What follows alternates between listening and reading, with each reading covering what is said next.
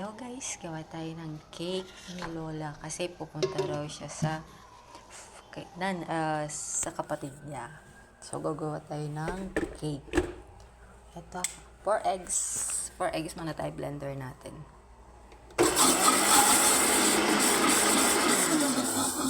Saglit lang blender yan. Tapos kailangan natin lagyan ng tubig. Half lang siya.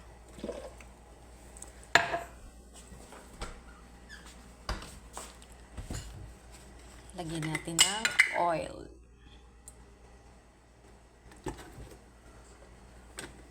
Half lang din siya. Lagyan natin ng sugar. Kasi diabetic si Lola ko, kailangan magle-less ako ng sugar para sa kanya. Instead na 3/4, kailangan lang natin ng wala siyang kalahati. Para hindi magkasakit ang aking lola. Ayan. Okay. Yan po siya. Blender natin. Lagyan natin siya ng nido.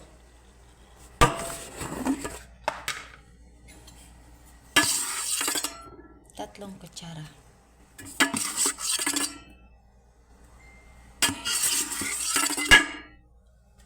Tatlo siyang kutsara.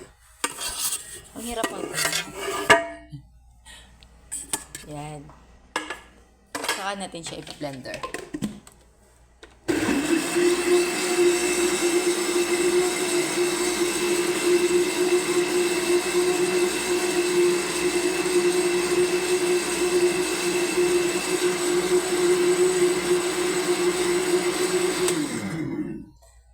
Ito naman yung flour. 2 cups siya. Kailangan ganito salain para magpapap siya. Para aalasa ba? Hindi siya Yan.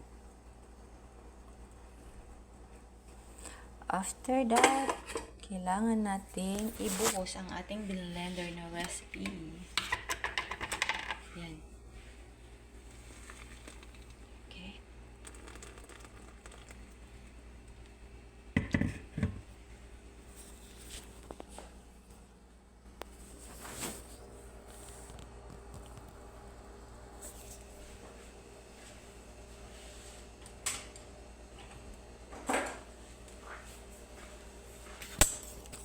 Siyempre, kailangan natin haluin. Yan lang. Kailangan natin siyang haluin. Hindi naman siya masyadong halo. Kailangan lang siyang maano lahat yung flour.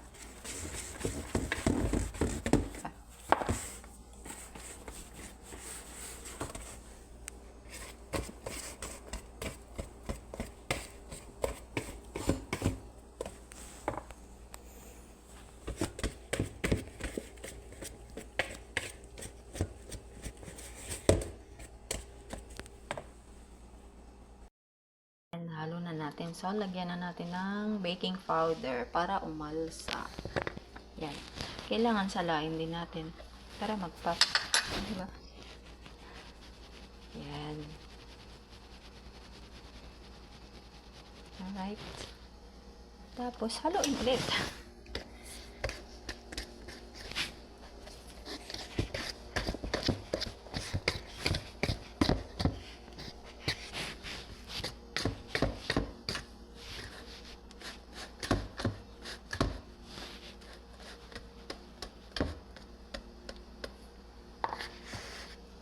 Ayan. Tapos, ilalagay natin siya dito. Yan. Lagay natin dyan. Okay, yan na siya guys. Hintayin na lang natin. Sasalang natin sa oven ng 20 minutes. See you later. And, yan. Well done. Tapos na ang ating cake.